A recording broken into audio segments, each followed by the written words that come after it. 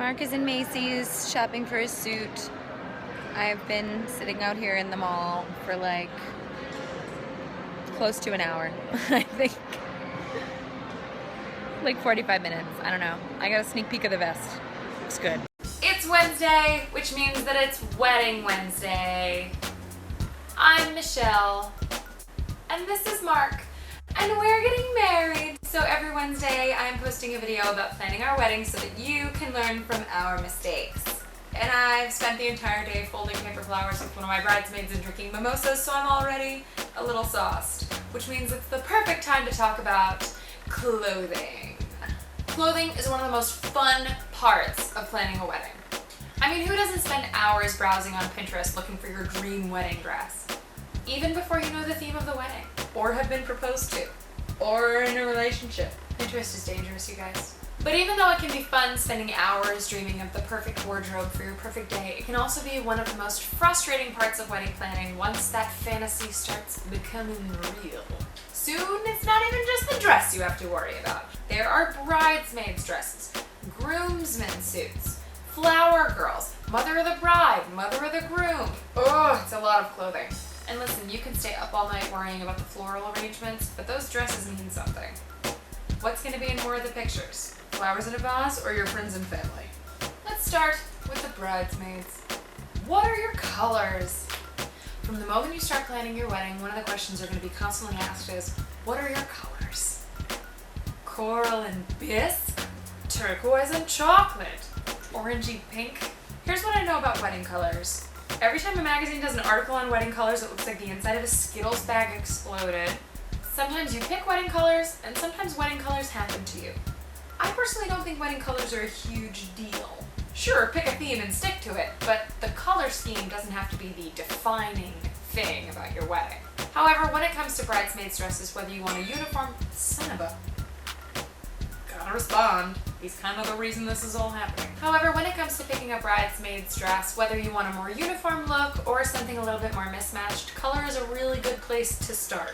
Traditionally, bridesmaids were dressed exactly the same as the bride in order to confuse evil spirits who may want to cause the bride harm. I know the stereotype, but I don't think there's really brides out there today that want their bridesmaids to look ugly. If you do, that's hilarious. I like your style. But if you're anything like me, you thought to yourself, nah, screw it. I'm confident. I'm gonna look gorgeous. I want my girls to look gorgeous too. Maybe you also thought, hey, I'm not gonna force anybody to buy some dress they're never gonna wear again. My girls can wear anything they want. And then it became, well, I'm gonna pick out a dress that comes in 3 different styles and cuts, and you can pick whichever you like best. And then it became, oh God, there's only one available right now. If we get any of the others, they'll be custom made and won't come until 3 months after the wedding. And now they're all just wearing strapless chiffon. Hooray! If you're anything like me, that's how it's gonna go down. But what I've learned is that you may think you're doing your bridesmaids a favor by being fast and loose and letting them pick whatever they want, but that's a pretty horrible thing to do to your friends. From both my experiences being a bridesmaid and my experience having bridesmaids, I think bridesmaids want you to tell them what to wear. If the possibilities are endless, choosing a dress becomes a real chore. Choose something. Just choose something nice. Groomsmen. Gone are the days of tuxedos. Nothing wrong with tuxedos. I've been to a couple of weddings where all the groomsmen wore tuxedos. It looks very good. But that kind of formality is just not for everybody. Groomsmen are wearing suits, groomsmen are wearing vests, groomsmen are just wearing button-downs and the groom is the only one in a full suit. There's actually a lot more variety now. And I love it. I think the groomsmen should have just as much fun with their outfits for your wedding as the bridesmaids do. If the bridesmaids are having fun. Strapless chiffon, you guys. I'm sorry. I tried. Flower girls. Most of the time you see a flower girl wearing a white dress that kind of mirrors the bride's dress in some way. I've seen flower girls in mini-me versions of the bride's dress. That's kind of a cheat. Doesn't she come down the aisle before you? Not at my wedding. We're actually going with maybe a pink for the flower girls. We haven't actually gotten the dresses yet. Oh, I gotta do that. We're 2 months away. Yesterday was 2 months. Personally, I just think the flower girls should feel good in the dress. If my flower girls want to come down the aisle in frozen Elsa costumes, that's fine with me. which brings us to the groom. Weddings are skewed towards the bride. We know this. There is no TLC show called Say Yes to the Suit. Obviously, because that's not as catchy. Give a hoot to the suit. Feel luxe in your tux. I'll workshop it. But in my mind, the groom's suit or tux is just as important as the bride's dress. Why do they always get the short end of the stick?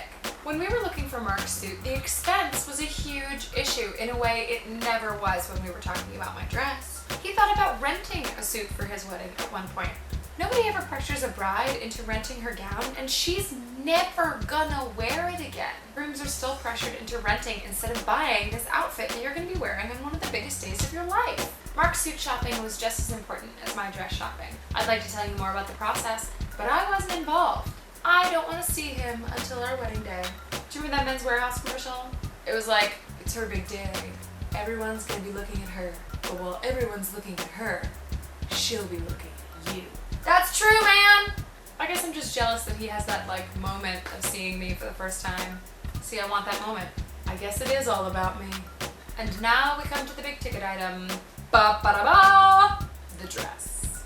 It's good. It's real good. My parents have recently made the journey on which all New Yorkers go, to Florida. May they live eternal in Orlando, shiny in chrome.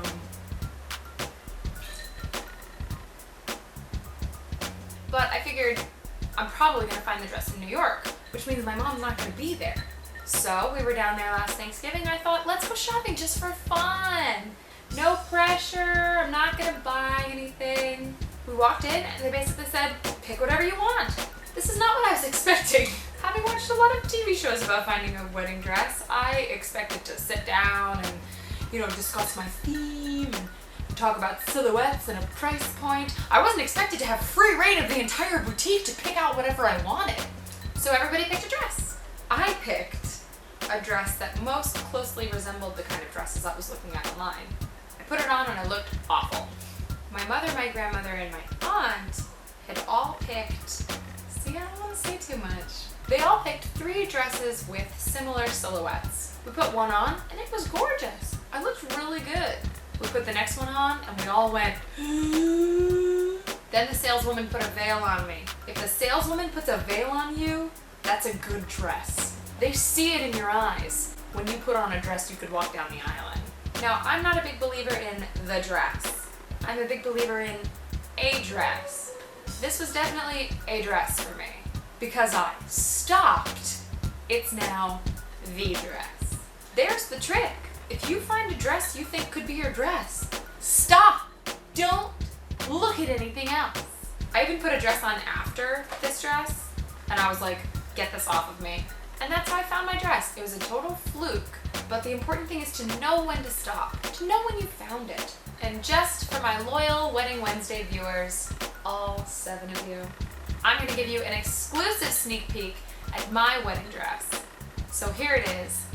Well, there you have it. Isn't it beautiful? And if you didn't catch it, I guess you'll just have to wait until I actually get married. As long as I don't gain any weight or lose any weight.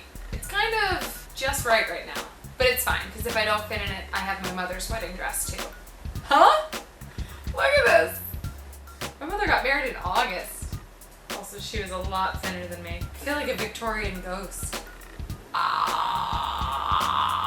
Do you have a fun wedding wardrobe story?